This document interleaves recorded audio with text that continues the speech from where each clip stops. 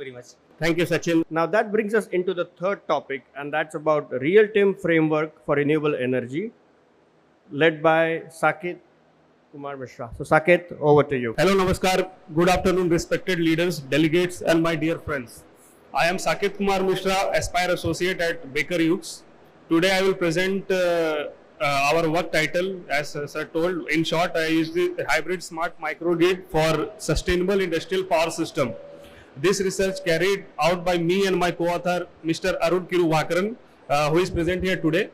And coming to our topic, we all know that India is undergoing a rapid energy transition under strong national commitments such as National Green Hydrogen Mission targeting, we are targeting 5 million tons per year of green hydrogen production by year 2030, renewable capacity target 500 gigawatt by year 2030, and net zero carbon emission commitment by year 2070.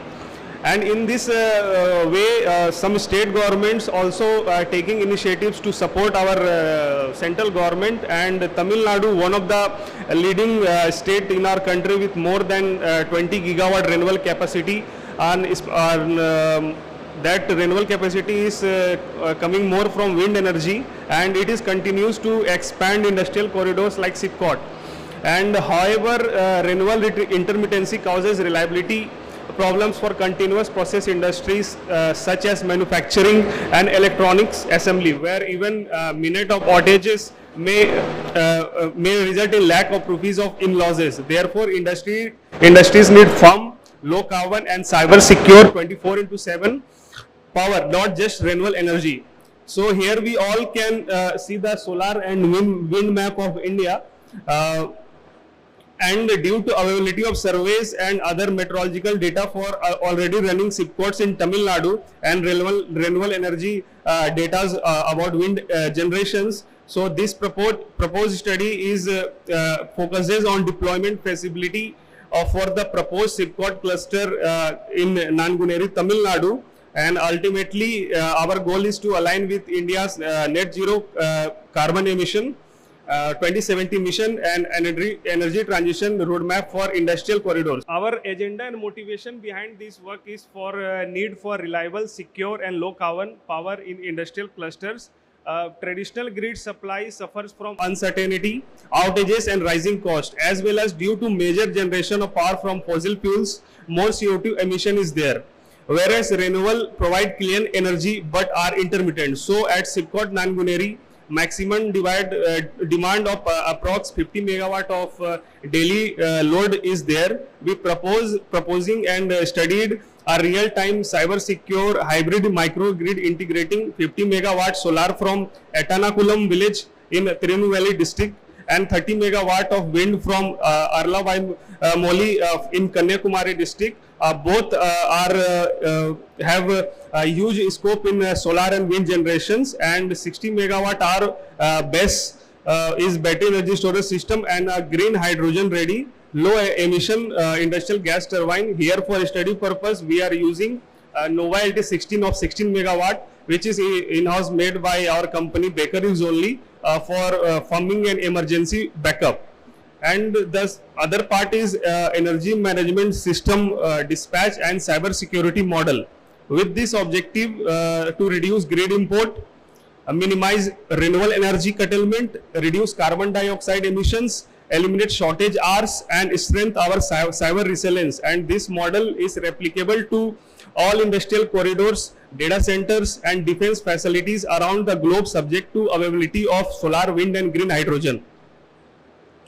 Going to the next slides, we have in the next two slides we have system architecture and methodology of our system. So this is the proposed hybrid microgrid architecture of our system. Here we have three layers. One is forecasting layer, second one is energy management system layers, and third one is cyber security layers. In the cyber security, in forecasting layer, we taking inputs from NASA power satellite data of last 1 year trends and local weather sensor, both used to train our model, and this layer is forecasting the next 1 to 7 days of solar and wind availability for the required location. Also, we are taking GHI data, which is global hourly irradiance for solar and termine deviations for wind generation for better calculations. And here we are using two models to forecast the day ahead power. So for statical prediction we are using Cerimex, and for learning seasonal and non-linear behavior we are using LSTM model. And our second layer is energy management system layer, which is managing grid import and export using the base for time shifting and peak saving, use of Nova LT16 gas turbine to ensure firming and continuity. So our EMS is also having one programming based optimization, which is mixed integer linear programming, which is using forecasting inputs from our forecasting model, which minimizing the cost and CO2 emissions. And the cyber security layer, which is nowadays very important for any smart grid and microgrid. So we are using isolation forest machine learning based intrusion detection model to detect 12 cyber attack categories. And it is also we are doing that physics based residual checks for solar and wind deviations. Our risk fusion engine that transition between safe island and lockdown mode based on detection of threats. We will see more about this in next slides. And our this model together follows the philosophy of predict, optimize and protect. It means predict renewable generation using AI based forecasting, optimize dispatch through EMS integrating renewable, BESS and gas turbines. And the third and most important for our power industry is protect the system using intelligent multi-layered cyber security mechanism. So here is one operational dashboard which we made. We developed a real operational interface using a secure access Python based Streamlit dashboard, which can be implemented in SCADA model in future. Here we can toggle running mode, adjust parameters, view SOCs and CO2 and grid performance, and export CSV and plots in our local drives. The secure login support role based access control, which is essential for industrial safety and supervisory control, is also provided here. Here we integrated three mode of access, which is operator, engineer and IT. Operator can run the model and schedule any dispatch. Engineer can change parameters and control the technicality of our model, and IT can change UI design backend codes, which is currently running on Python and other IT related things. Our dashboard is showing forecast control panel with battery capacity, power limits, grid pricing and emission parameter entry. It can run forecast function for day ahead wind and solar predictions, energy management control and dispatch, live monitoring of battery state of charge, grid performance and dispatch schedule by EMS. So and this model also same dashboard can running on that IDS model of for cyber security threats. If any cyber security threat will come, it will give us a notification and alert, and it will cut that system from any external grid supply. So we will see more on this in the result sections. So here we have shown our forecasting results, and our accuracy of forecast is around 90 to 92%. Here you can see PV and wind forecast versus actual 14-day history with a 72-hour forecast window. The graph show 14-day actual solar and wind generation recorded historically combined with 72-hour forecast overlay. For solar generation, our MAP error is approximately 9.2%, and which means error is around 1200 kilowatt. If our model forecasting model is showing that we can generate 10,000 kilowatt in the next day, so we are subtracting 1200 kilowatt from that, and the rest 8800 kilowatt we are giving to our EMS model.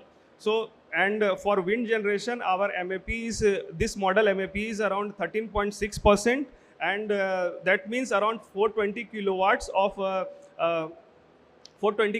of error is there. So we are subtracting, if we are generating 5000 kilowatt, able to predict 5000 kilowatt for the day ahead, so we are subtracting 420 kilowatt from that, and that the rest around 4600 we are giving to the model.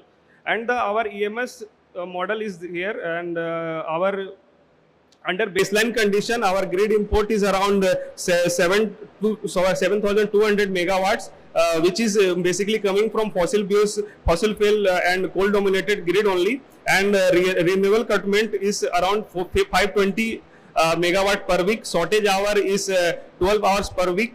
But after implementing this model, forecast driven model, and using the gas turbine and BESS, our grid import falling from 4,300 megawatt hour per week, which is reduction of about 40%. Renewable curtailment reduces to approximately 160 megawatt hour per week. Export to local grid increases to around 340 megawatt hour per week, and the most important thing, shortage hour reduced to 0. So here, and the other thing is we also able to reduce the carbon dioxide emission approximately 35%. So in the next slide, we will see the cyber security result, and the cyber security testing was conducted across 12 threat categories, including false data injection, reply, denial of service, man in the middle, and others. And our IDS achieve strong performance. Our precision value is 92%. Recall is around 90%, and F1 score is 91%, with detection latency is around 1.2 seconds. And to ensure resilience, the system automatically trigger between safe island and lockdown sequence. In safe mode, full grid connectivity is there, and continuous IDS monitoring and conventional interlock ensure secure operation. And in the island mode, it enter during moderate cyber anomalies such as fault data injection or replay attacks. The site disconnects from the grid and operates on local resources, which is Novalty 16 and our battery energy storage system and PV wind if available. EMS switches to conservative dispatch using BESS for rapid frequency response, while the turbine ramps to meet demand. If demand exceed load capacity, stage load shedding is applied to maintain stability.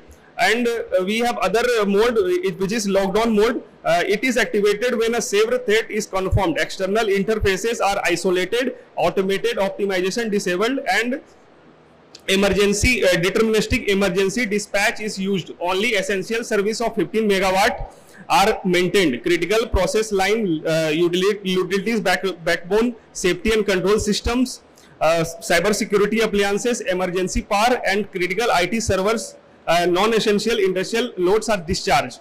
And we have backup also for this lockdown mode. So our base alone can sustain 4 hours, and Novalty 16 can continuously sustain essential services subject to availability of green hydrogen, with base reserved for transient and contingencies.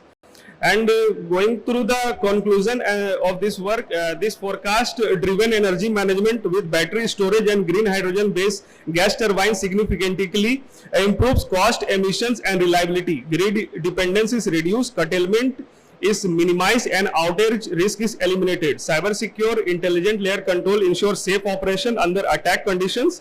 This work sets a pathway for industrial microgrid deployment across national manufacturing parks and global energy transition initiatives. So next step for this model includes hardware validation and pilot deployment at SIPCOT Nanguneri, full techno-economic and life cycle emissions analysis including hydrogen pricing and BESS aging. Integration with green hydrogen hubs planned by Government of India, field validation using real dynamics and real-time cyber attacks simulations. So thank you. Coming to the end, I am saying thank you. I would like to sincerely thank my organization Baker Hughes for its vision on net zero carbon emissions, electrical initiatives, and for giving me the opportunity to present this work here.